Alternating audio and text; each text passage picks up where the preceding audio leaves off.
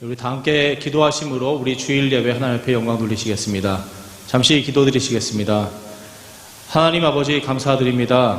우리의 찬양을 기뻐하시는 주님, 우리가 주님의 이름을 부르며 기뻐할 때에 주님이 예배를 홀로 받아 주시옵소서. 일주일을 여는 이 시간 예배로 주님 흥명하여 주실 것을 감사드리며 예수님의 이름으로 기도드렸사옵나이다. 아멘.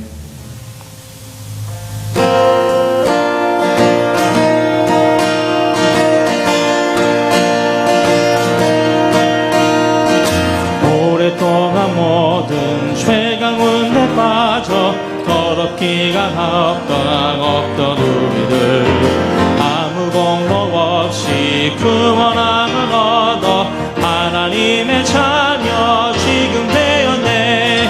주의 그 사랑 한량없도다. 찬송할지어다 예수의 공로.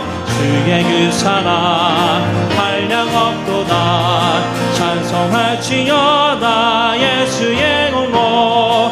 주의 보혈로서 정결하게 씻어 죄악에서 떠나 몸이 되었고 세상 근심 그름 한 것 없어지니 하나님의 빛이 영화롭도다. 주의 그 사랑 한량없도다.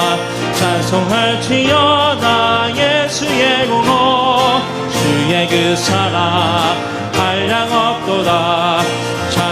찬송할지어다 예수의 공로.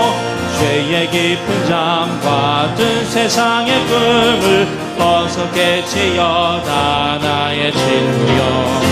은혜 받을 날과 구원 얻을 때가 지금 온 세상에 선포되었네. 주의 그 사랑 한량없도다. 찬송할지어다 예수의 공로. 주의 그 사랑 한량없도다. 찬송할지어다 예수의 공로. 주의 그 사랑 한량없도다. 찬송할지어다 예수의 공로. 주의 그 사랑 한량없도다. 찬송할지어다 예수의 공로. 주의 그 사랑 한량없도다. 찬송할지어다 예수의 공로. 주의 그 사랑 한량없도다. 찬송할지어다 예수의 공로.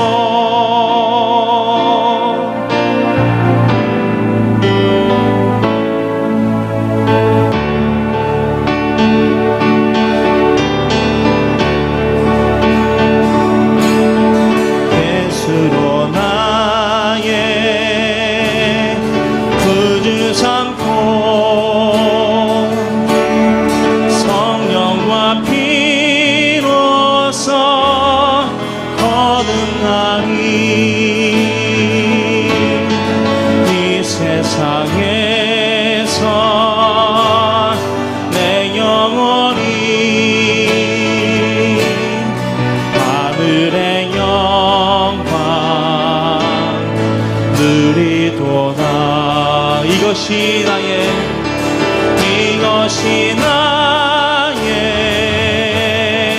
간증이요. 이것이 나의 찬송일세.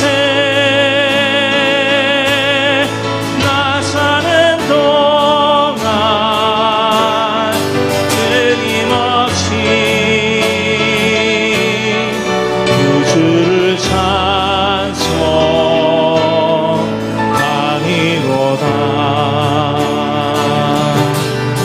온전히 주께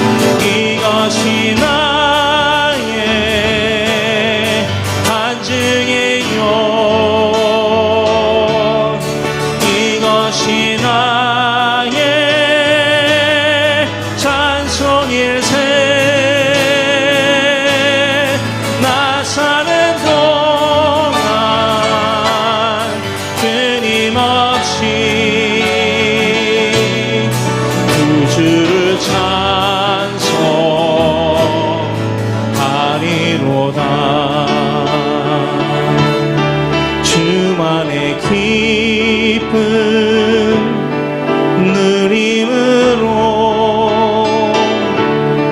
마음의 풍랑이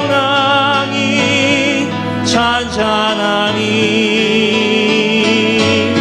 세상과 나는 한 것 없고 구속한 주만 보기도다. 이것이 나의 간증이요, 이것이 나의 찬송일세. 나 사는 동안 끊임없이 주를 찬송하리로다.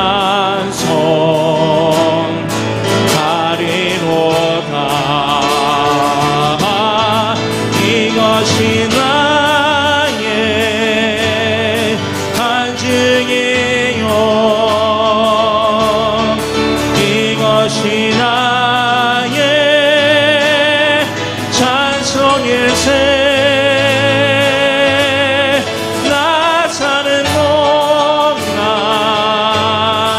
끊임없이 주를 찬송하리로다.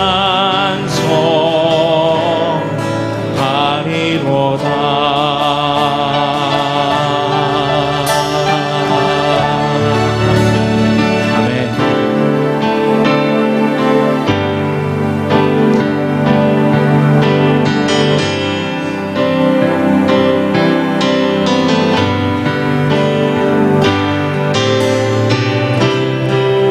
모든 상황 속에서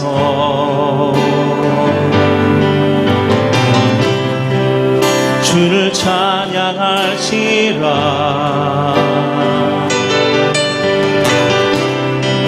주는 너의 큰 상급,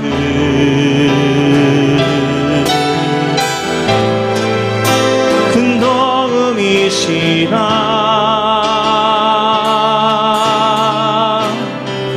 주의 얼굴 구할 때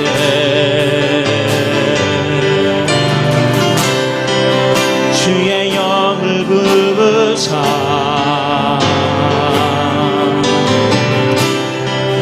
크신 사랑 안에서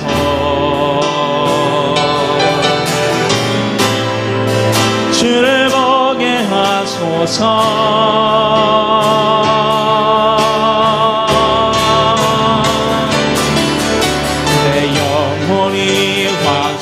되고 확정되어 싸우니 믿음에 눈들어 주를 바라봅니다. 내 영혼이 확정되고 확정되어 싸우니 믿음에 눈들어 주를 바라봅니다. 모든 상황 속에서 모든 상황 속에서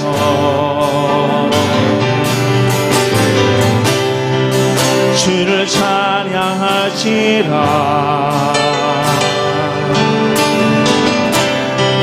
주는 너의 큰 상급,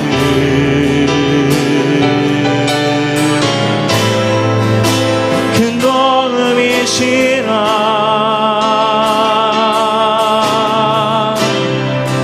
주의 얼굴 구할 때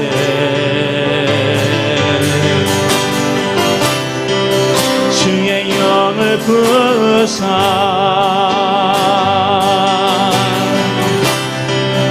크신 사랑 안에서 주를 보게 하소서.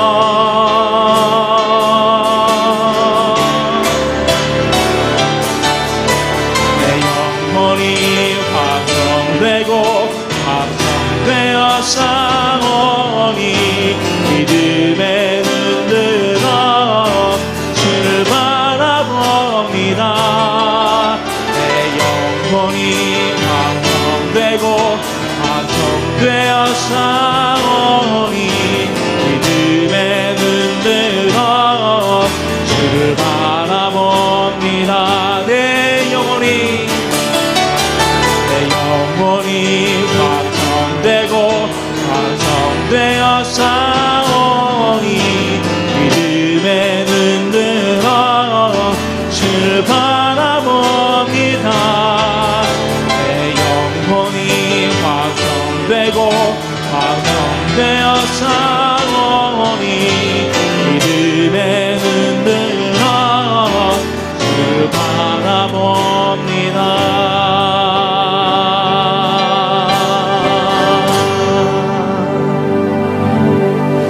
이 시간 영광 찬송 우리를 사용하소서 우리 주님 앞에 찬양 올려드리시겠습니다.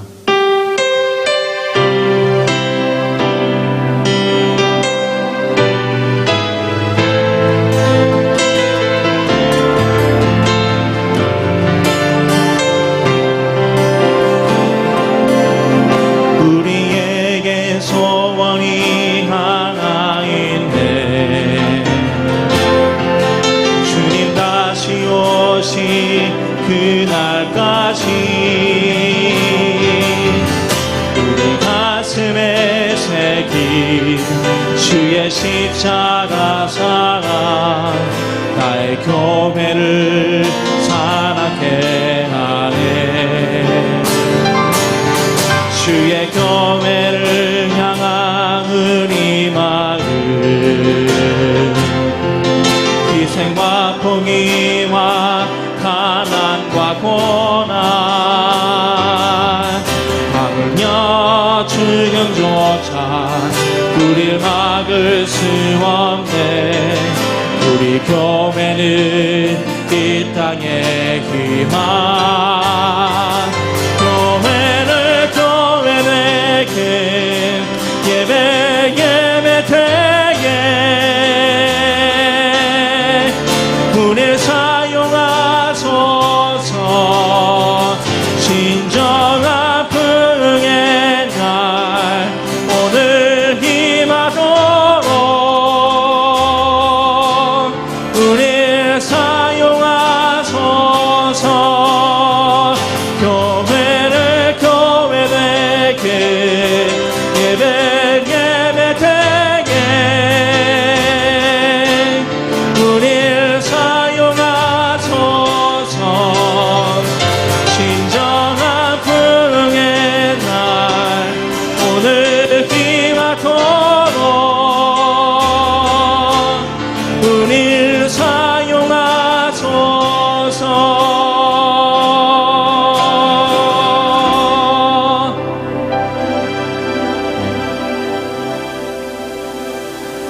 아버지 하나님 감사드립니다. 아브라함과 모세와 다윗의 하나님이 바로 우리의 하나님 되게 하시고 하늘의 시민권을 얻은 저희 같은 이방인에게도 부어주신 은혜를 생각할 때에 참으로 감사드리며 주님의 이름을 높여드립니다. 세상 사는 동안 소망이 이 땅에 주어지는 것이 아니라 바로 하늘에 있을 것을 주님 알려주셨사오니 고통과 어려움이 있다 할지라도 인내하며 그 결실을 보기 원합니다. 우리는 육으로 이 땅에 존재한 바 세상을 의지할 수밖에 없기에 우리의 처한 상황을 주님 기도드립니다. 이 땅의 질병 가운데 공포의 위험에서 벗어나 다시 정상으로 복귀되기를 원합니다. 우리를 불쌍히 여기시고 불의를 놓고 한탄하며 기도하는 저희의 음성을 들으시고 하루속히 응답하여 주시옵소서. 이 시간 주님의 말씀을 들을 때에 겸손하게 하시고 그 말씀이 하늘의 만나로 우리 영혼을 채워주심을 바라며 감사드리며 예수님의 이름으로 기도드렸사옵나이다. 아멘.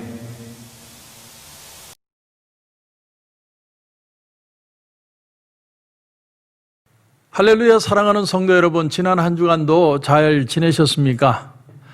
오늘도 온라인으로 이렇게 여러분을 만나 뵙고 또 귀한 말씀을 나누고 또 예배를 드리게 됩니다.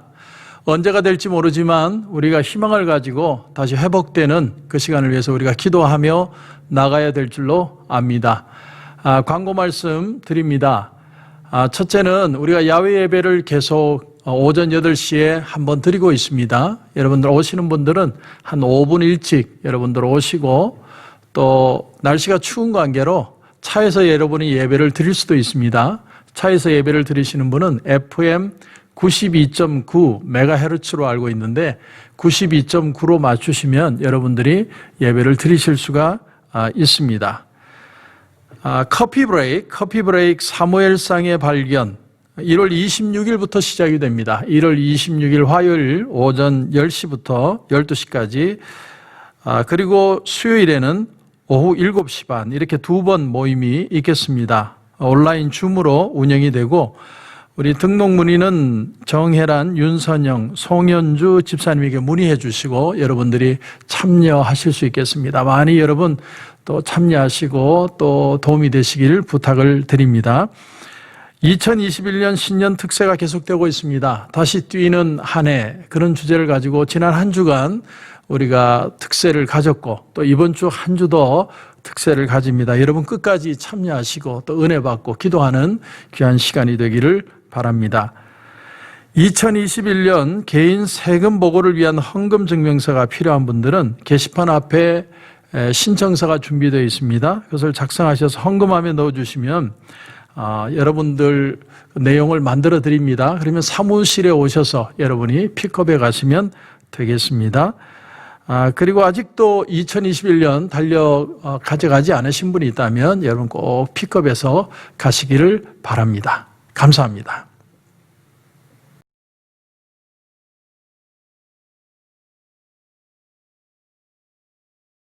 해질 때에 그 전당물을 반드시 그에게 돌려줄 것이라. 그리하면 그가 그 옷을 입고 자며 너를 위하여 축복하리니 그 일이 내 하나님 여호와 앞에서 내 공의로움이 되리라. 공궁하고 비난한 품꾼은 너희 형제든지 내 땅 성문 안에 우거하는 객이든지 그를 학대하지 말며 그 품삯을 당일에 주고 해진 후까지 미루지 말라. 이는 그가 가난함으로 그 품삯을 간절히 바람이라.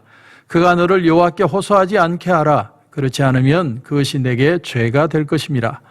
아버지는 그 자식들로 말미암아 죽임을 당하지 않을 것이요 자식들은 그 아버지로 말미암아 죽임을 당하지 않을 것이니 각 사람은 자기 죄로 말미암아 죽임을 당할 것이니라. 너는 객이나 고아의 송사를 억울하게 하지 말며 과부의 옷을 전당 잡지 말라. 너는 애굽에서 종되었던 일과 내 하나님 여호와께서 너를 거기서 속량하신 것을 기억하라. 이러므로 내가 내게 이 일을 행하라 명령하노라.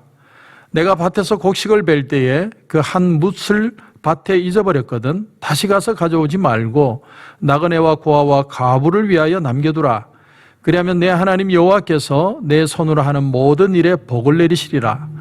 내가 내 감람나무를 떤 후에 그 가지를 다시 살피지 말고 그 남은 것은 객과 고아와 과부를 위하여 남겨두며 내가 내 포도원의 포도를 딴 후에 그 남은 것을 다시 따지 말고 객과 고아와 과부를 위하여 남겨두라.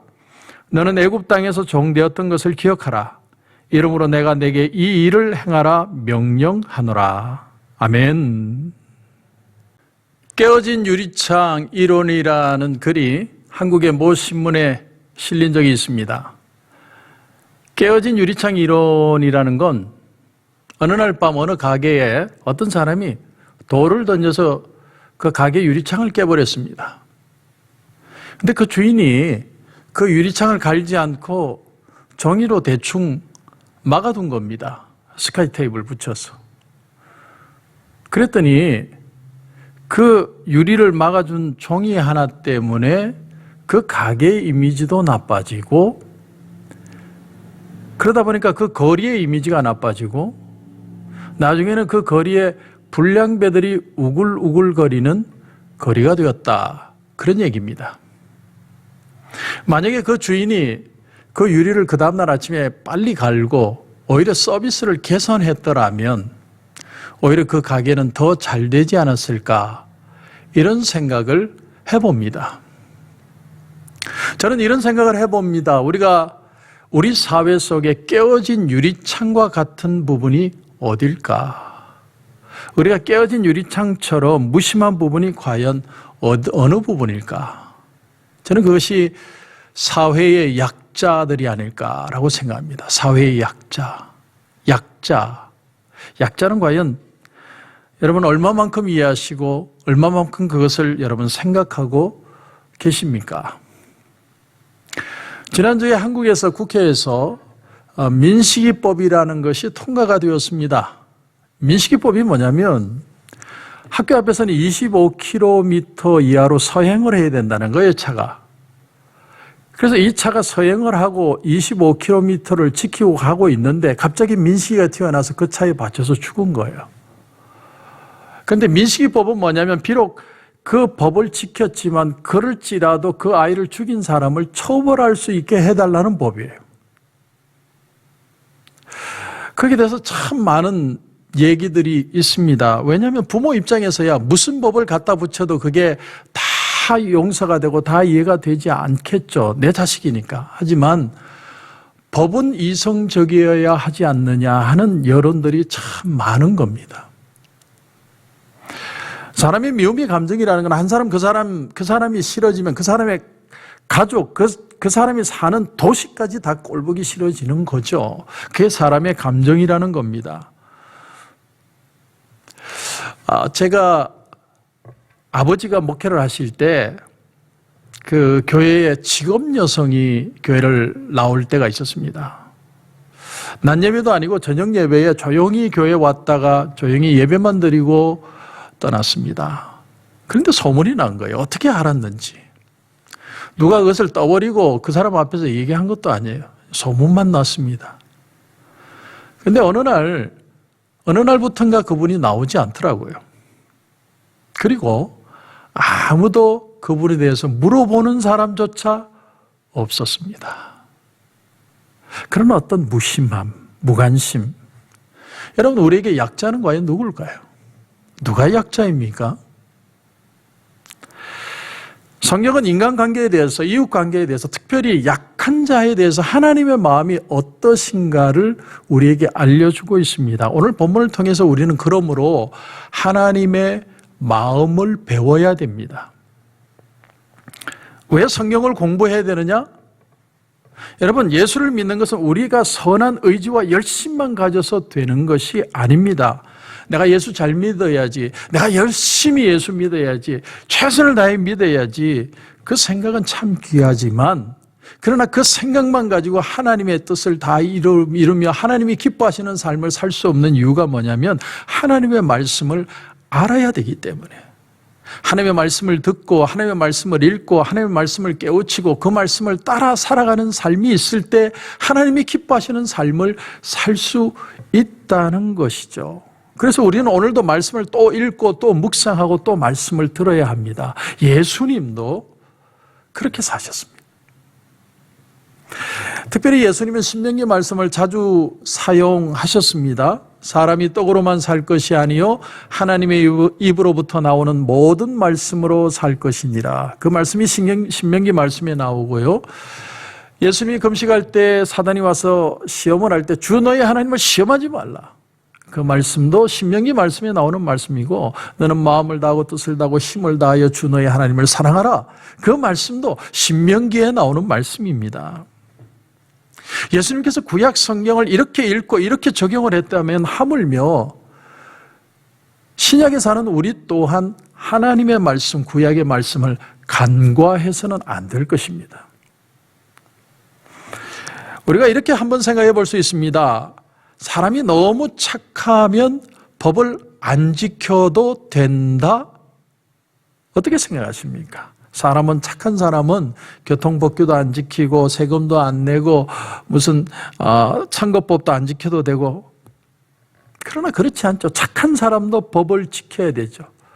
여러분, 악한 사람이 오히려 법을 더 잘 지키죠. 악한 사람이 법을 더 잘 이용해서 오히려 억울하게 만들고 힘들게 만들고 자기의 챙길 것을 다 챙기는, 그래서 요즘 나온 말 중에 법꾸라지라는 말도 있지 않습니까? 그래서 이런 인간의 모습을 가장 잘 묘사했던 소설책이 아마도 저는 레 미제라블이라고 생각을 합니다. 레 미제라블. 프랑스에는 훌륭한 기독교인이 없었느냐? 아니, 있었습니다. 파스칼 같은 사람. 그리고 빅터 휴고, 빅터 휴거가 그 신앙을 바탕으로 그것을 배경으로 적은 소설책이 레 미제라블입니다. 그런데 그 레 미제라블에는 상징적인 두 인물이 나옵니다. 먼저 나오는 인물은 제라드 경관입니다. 바로 장발장을 쫓는 사람이죠. 그는 법을 지키는 경관입니다. 이 사람의 마인드는 이런 거예요. 이 세상의 모든 것은 사람들이 전부 법을 잘 지키면 가장 이상적인 사회가 될 것이라는 개념을 가지고 사는 사람입니다. 그래서 범법자인 장발장을 쫓는 거예요. 집요하게 쫓는 겁니다. 그런데 또 하나의 의미 있는 인물이 하나가 나오는데 그 사람이 누구냐면 늙은 신부님입니다. 그가 장발장을 자기 집에 받아들이고 식사를 제공을 하고 잠자리를 주었을 때 장발장은 오히려 거기에서 은촛대 하나를 훔쳐서 도망을 가죠. 도망을 가다 경관에게 잡혀서 다시 왔을 때 그때 늙은 신부가 한 말이 뭡니까? 내가 저쪽에 있는 은촛대도 줬는데 왜 그건 안 가져가느냐? 이 신부님과의 만남을 통해서 일평생 제라드 경관과 같은 법대로만 사는 사람들의 삶 속에서 뭔가를 다시 경험하게 되는, 그 신부님을 통해서 뭘 경험하게 되었느냐? 장발장이 하나 경험한 것은 나 같은 사람에게도 기회가 주어진다는 것을 배우게 된 것이죠. 나도 변할 수 있다는 가능성을 처음으로 그 늙은 신부를 통해서 깨닫게 된 것입니다. 그래서 장발장이 완전히 다른 사람이 되지 않습니까? 정말 천사 같은 사람으로 변하게 되죠. 여러분이 만약에 기회가 있으셔서 그 레 미제라블이라는 연극을 보러 가시게 되면 그 마지막 장발장이 죽는 순간에 그가 경건했던 그 모습을 표현하기 위해서 어떻게 표현을 하냐면 순간적으로 굉장히 강한 그 조명을 확 비춥니다. 너무나 강렬한 조명. 경건을 조명으로 표현을 하는 거죠. 그래서 마치 그 장발장의 몸에서 빛이 나는 것 같은 그런 느낌으로 표현을 해냅니다. 그런데 이 장발장을 통해서 우리가 발견하는 게 뭐냐면 법이 중요하죠. 법을 어겼기 때문에 문제가 발생하고 법을 어겼기 때문에 감옥에 들어가게 되는 것이죠. 하지만 법이 사람을 바꿀 수는 없다라는 거예요. 법은 장발장이 무엇을 잘못했는지를 지적하는 건 잘하지만 어떻게 하면 장발장이라는 사람에게 기회를 주고 그 사람이 변화될 수 있는가에 대한 답은 그에게 주지 못하고 있는 거예요. 그 답은 신부님이 제시합니다. 그래서 여기에 제시되고 있는 늙은 신부님은 바로 예수 그리스도를 표현하고, 그리고 그 제라드 경관은 율법을 표현하고 있는 것이죠. 여러분, 율법 중요합니다. 율법. 법을 지켜야 되죠. 그러나 율법이 사람을 구하지는 못합니다. 왜? 우리는 다 장발장처럼 법을 어긴 존재이기 때문에, 장발장처럼 우리는 아무리 애를 쓰고 노력을 해도 그 법을 지켜낼 수 있는 존재가 못 되기 때문입니다. 그러므로 예수님이 이 땅에 오실 수밖에 없었던 거죠.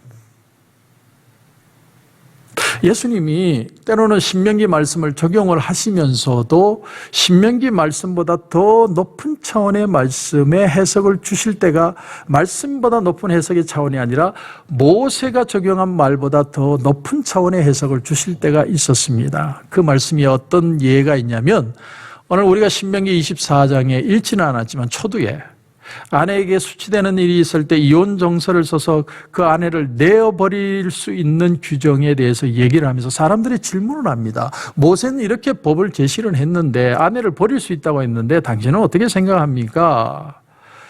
그때 예수님이 뭐라고 대답을 하냐면, 모세는 너희 마음이 완악함으로 말미암아 이 명령을 기록하였거니와, 그러면서 하는 말씀이, 하나님은 그 둘이 한 몸이 될지라. 한 몸이 될지라.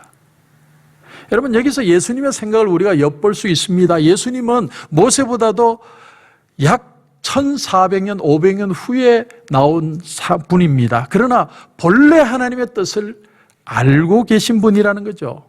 모세 율법이 기록되기 전에 하나님의 뜻이 무엇이었는지를 정확하게 알고 그 말씀을 통해서 모세는 너희에게 이렇게 말했지만 나는 너희에게 이렇게 말하노니 더 높은 차원 하나님의 진짜 마음을 너희에게 가르쳐 주겠다. 그래서 여러분, 우리는 오늘 이 말씀을 여러분이 보시면서 하나님의 마음이 어떤 것인지를 우리가 깨달아내어야 됩니다. 그것을 캐치해야 합니다. 자, 그래서 오늘 말씀에 여러분 13절을 보십시오. 13절을 보시면 해질 때에 그 전당물을 반드시 그에게 돌려줄 것이라. 그리하면 그가 그 옷을 입고 자며 너를 위하여 축복하리니 그 일이 내 하나님 여호와 앞에서 내 공의로움이 되리라. 공의로움, righteousness. 영어로 보면 righteous act, 의로운 행동 이렇게 표현했습니다. 그런데 그 의로운 행동이 뭐라는 겁니까? 해질 때 그 전당물을 다시 돌려줄 때 그것이 의로운 일이 하나님 앞에 될 것이다. 여러분, 그 당시에 사람들은 다 가난했습니다. 가난해서 전당물을 잡힐 때, 다시 말하면 담보를 잡힐 때 요즘처럼 무슨 잡을 집이 있습니까? 차가 있습니까? 아무것도 없죠. 그 당시에는 사람들이 입고 다니는 옷은 그냥 옷이 아닙니다. 여러분, 로마의 군병들이 입은 그 망토가 아주 멋있죠. 하지만 그 망토는 멋있으라고 입은 게 아니라 밤에는 덮고 자는 담요였습니다. 두터운 담요가 자기의 체온을 유지하기 위해서 그 망토를 두르고 다니는 거죠. 아니면 음식을 갈아먹는 맷돌, 그 정도가 담보로 잡을 수 있는 모든 것이었습니다. 그러니까 해질 때에 그 전당물을 돌려주라는 거예요. 돌려주지 않으면 그 사람은 어떻게 되느냐? 알몸으로 잔다는 거예요. 그러면 우리는 질문해 볼 수 있습니다. 그러면 담보라는 건 뭐 하려고 잡습니까? 여기서 우리는 이런 걸 정의할 수 있습니다. 인간은 둘 다를 할 수 없다. 내가 이득도 챙기고 좋은 소리도 듣겠다. 그건 불가능하다는 거예요. 내가 무언가를 희생해야만 우리는 무언가 하나님 앞에 의로운 일을 이루어낼 수 있다라는 걸 여기서 배우게 됩니다.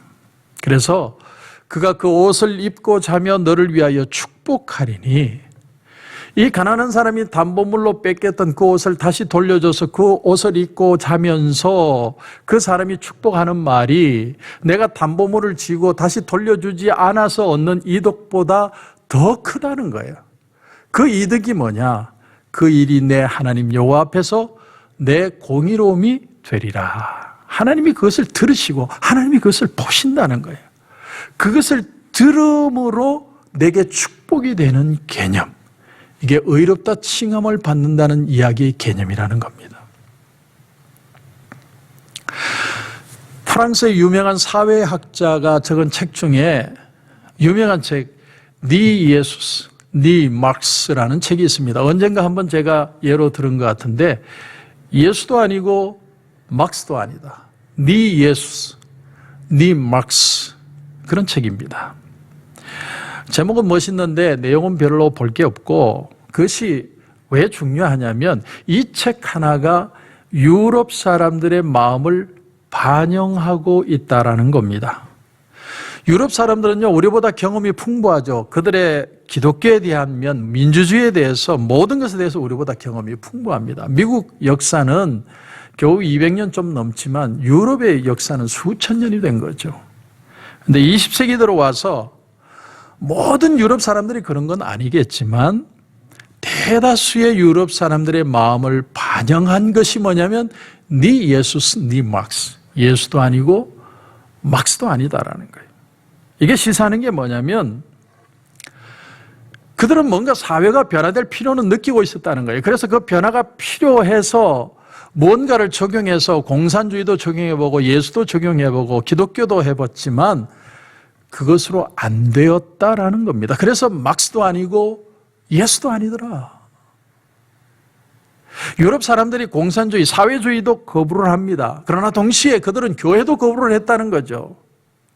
유럽의 교회들이 점점 더 텅텅 비어가는 것이 그 책 제목대로 막스도 아니고 예수도 아니라는 이런 결론에 도달했기 때문이라는 겁니다. 여러분, 우리 기독교인의 중요한 과제가 바로 여기에 있습니다. 유럽 그리스도인들이 범했던 실수를 우리가 똑같이 되풀이하지 않으려면 우리는 어떻게 해야 되고 무엇을 해야 될 것인가? 그들은 우리보다 경험이 많습니다. 우리가 무조건 그들을 비판할 수 없는 이유가 뭐냐면 우리보다 먼저 고민을 하고 그들도 이 문제에 대해서 생각을 해본 사람들이라는 거죠. 무조건 유럽의 교회들이 텅텅 비어간다고 해서 저 유럽은 썩었네 라고 말할 수 없는 이유가 뭐냐면 우리 미국도 그렇고 한국도 그렇고 점점 교회가 비어가고 있기 때문에 그렇습니다. 그렇다면 대답이 뭐냐? 오늘 성경이 그 답이라는 거죠. 오늘 성경의 말씀이 그 답입니다.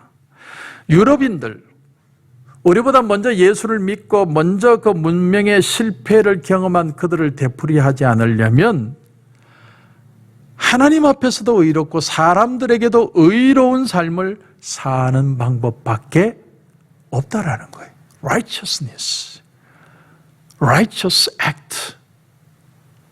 오늘날 그리스도인들에게 요구되는 게 뭐냐면 의라는 거예요. 의로운 민족, 의로운 백성, 의로운 기업인, 의로운 정치인, 의로운 주부, 의로운 사람, 의인이 될 수 있느냐? 의인이 될 수 있느냐? 자, 그래서 조금 더 볼까요? 오늘 19절에도 보면 19절에 네가 밭에서 곡식을 벨 때에 그 한 뭇을 밭에 잊어버렸거든 다시 가서 가져오지 말고 나그네와 고아와 과부를 위하여 남겨두라. 그리하면 내 하나님 여호와께서 내 손으로 하는 모든 일에 복을 내리시리라. 자, 그러니까 곡식을 뱄는데 다 뱄는데 그걸 그냥 놔두고 온 거예요.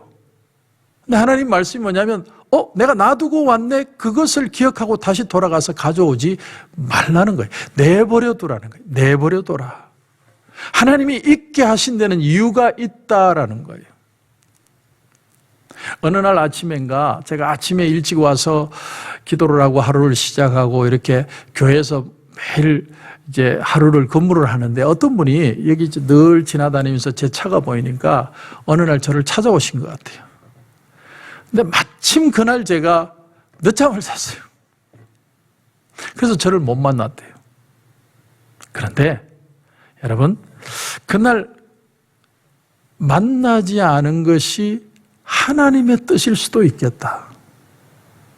하나님의 뜻일 수도 있다. 내가 누군가와 사람을 만나서 얘기를 할 때 내가 반드시 저 사람에게 이 얘기 내가 꼭 해줄 거야. 근데 얘기를 하다 보니까 그 한 얘기를 잊어버렸어요. 집에 돌아보니 그 얘기를 안 한 게 기억이 나요. 그러면 다시 문자로 카톡으로 보내가 내가 이 말을 잊었다고 말하지 말라는 거예요. 목사가 설교를 하다 보면 설교 원고대로 말씀을 전하지만 어떤 때는 그 원고에 적힌 걸 깜빡하고 못 전할 때가 있어요.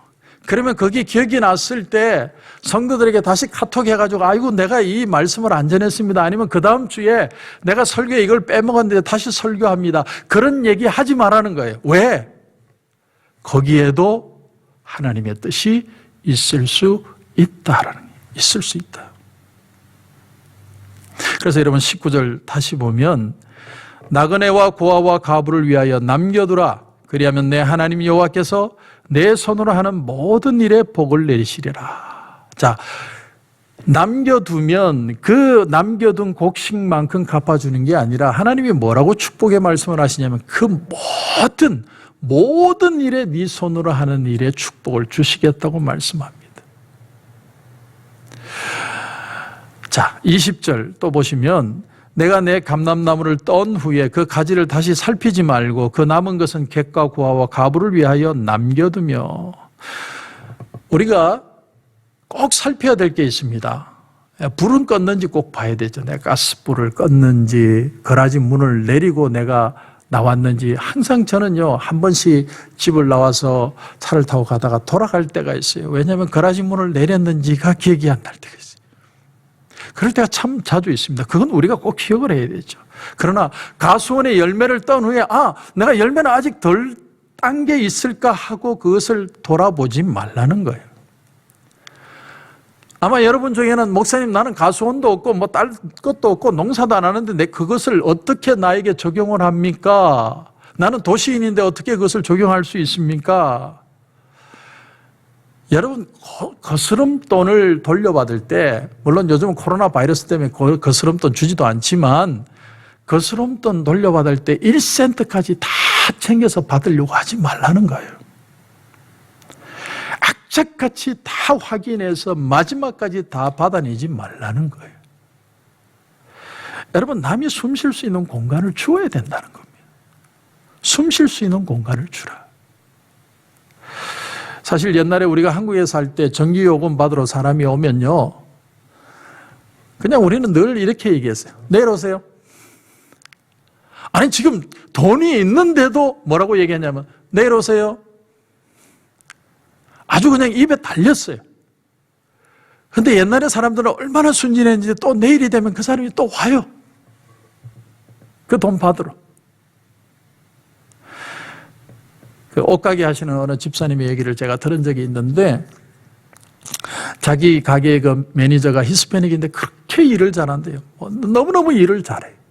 그 친구한테 맡겨놓으면 일이 안 되는 게 없대요.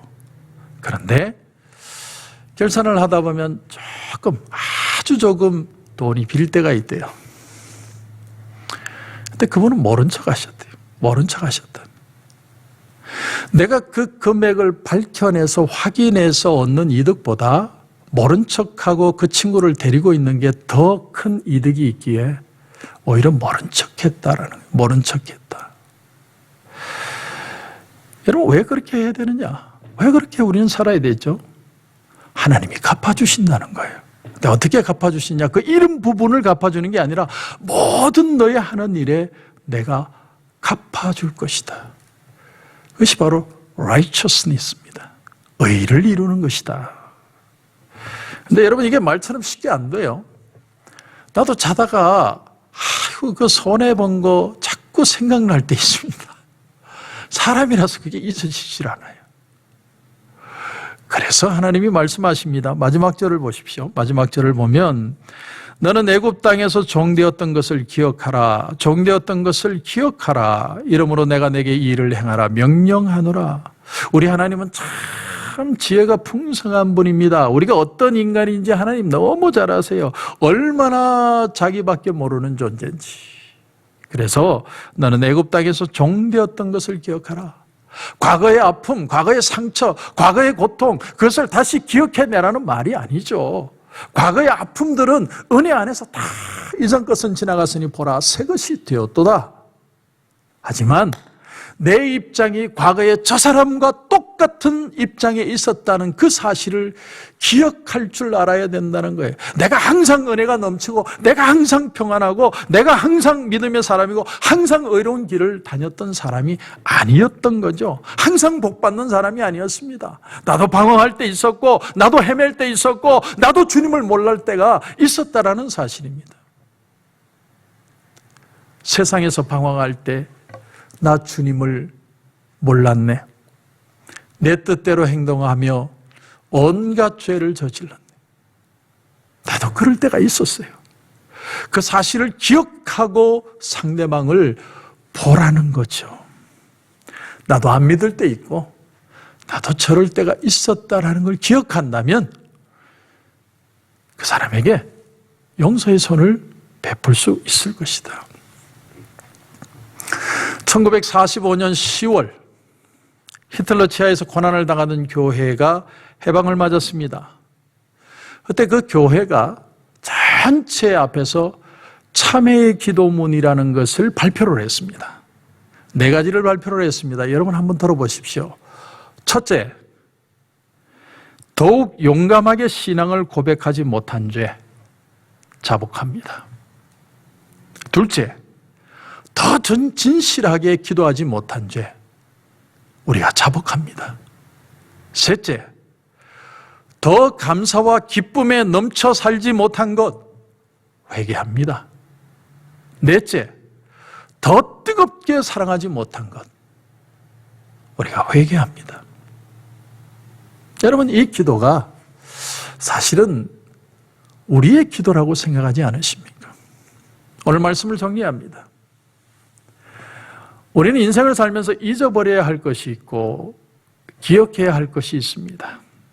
오늘 말씀을 보면 하나님은 잊어버려야 할 것을 잊어버리는 자에게 모든 것에서 갚아준다고 말씀하십니다. 그리고 또한 기억할 것을 기억할 줄 아는 자에게 하나님은 그 인생을 기억해 주신다고 말씀합니다. 저와 여러분의 삶에 잊어야 할 것은 무엇이고 기억해야 할 것은 무엇입니까? 우리의 삶을 다시 돌아보고 하나님 앞에서 이 세상에서 righteousness, 의를 행하는 자, 그 삶의 희망이 있고 그 삶의 소망이 있습니다. 우리가 다시 교회가 교회되는 역사가 우리 가운데서 일어나기를 주님의 이름으로 축원합니다. 기도드리겠습니다. 하나님 은혜를 감사합니다. 우리가 이 세상을 살면서 잊어야 할 것이 있고 기억해야 할 것이 있는 것을 배웁니다. 우리에게 준 아픔, 또 내가 저 사람을 용서하지 못한 것 우리가 다 잊어버려야 하고 용서해야 되고 남겨두어야 하고, 그러나 나도 저 사람처럼 못나고 연약하고 부족했다는 것을 기억함으로 말미암아 우리가 하나님 앞에 겸손하며 세상에 의를 행할 수 있는 삶을 살게 하여 주옵소서. 우리의 무조건적인 열심이 아니라 하나님의 말씀을 알고 깨닫고 그 말씀을 따라 실천할 수 있는 그런 믿음의 사람이 되게 하셔서 우리가 희망이 없는 교회가 아니라 진정 희망이 있는 교회가 되게 하시고 이 땅에 다시 한번 복음의 역사를 경험하는 그런 모습들을 우리가 보게 하여 주시옵소서. 하나님께서 다시 한번 축복하시고 회복하시는 놀라운 역사, 더 진실하게 하시고 더 용서하게 하시고 더 사랑하게 하여 주옵소서. 그 은혜가 넘치는 교회가 되게 하여 주시옵소서. 주님 은혜를 감사하며 예수님의 이름으로 기도드립니다. 아멘.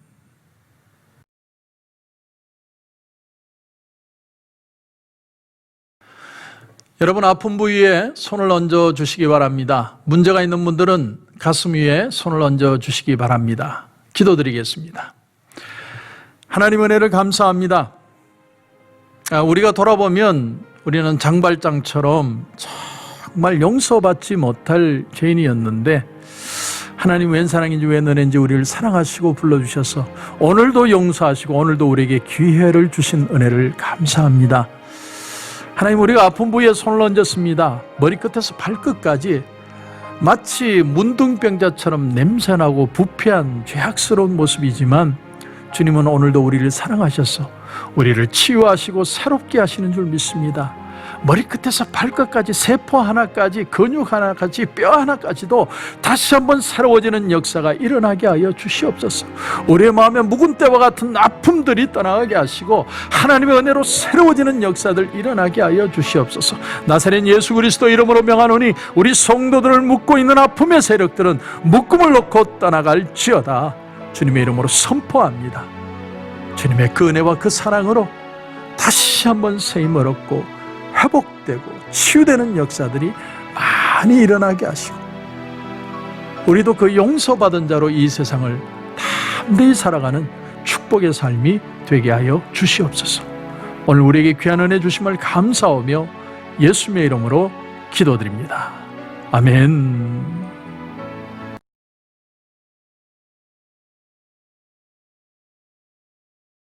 하나님 은혜를 감사합니다. 오늘 이렇게 하나님 앞에 귀한 예물 드립니다. 11조로 감사로 성결로 구제로 건축으로 비전으로 주일헌금으로 일일이 구별하여 오늘도 하나님 앞에 귀한 예물 드립니다. 모든 것이 하나님의 것인 줄 알고 드리는 손길들마다 하나님 기억해 주시고 하나님 축복해 주옵소서. 우리가 누군가의 허물을 덮어주고 남겨둘 때 하나님이 우리 모든 것에 축복해 주신다고 하셨는데 하나님 그런 축복을 우리도 경험하게 하여 주옵소서. 하나까지 악착같이 챙겨서 축복받는 인생이 아니라 남겨두고 베풀어주며 축복받는 진정한 축복자가 되게 하시고 더 나아가서 하나님 우리가 얼마나 부족한지 연약한 존재였는지 지금 얼마나 하나님 우리에게 부어주셨는지 그 은혜를 알고 기억하고 살아가며 하나님께 기억되는 축복된 삶이 되게 하여 주옵소서.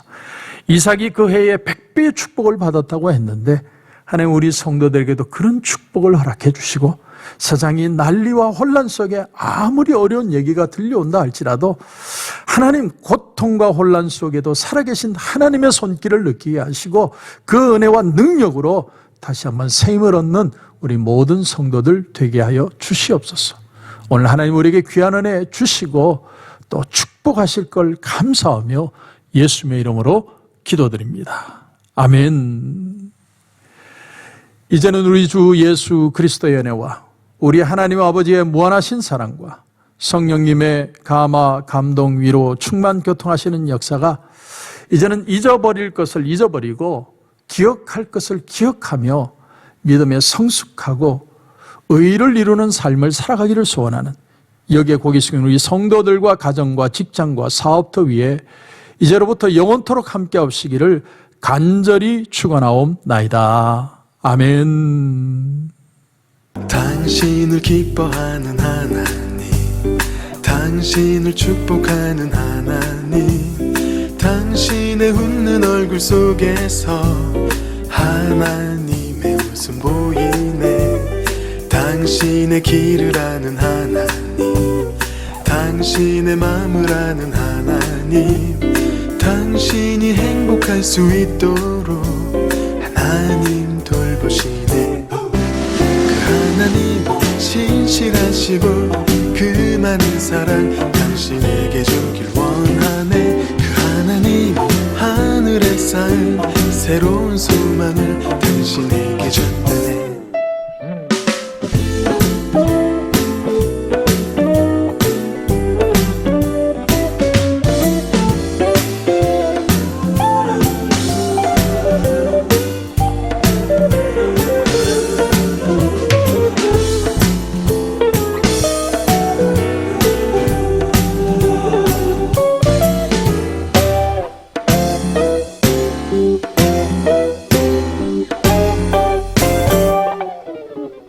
당신을 기뻐하는 하나님, 당신을 축복하는 하나님, 당신의 웃는 얼굴 속에서 하나님의 웃음 보이네. 당신의 길을 아는 하나님, 당신의 마음을 아는 하나님, 당신이 행복할 수 있도록 하나님 돌보시네.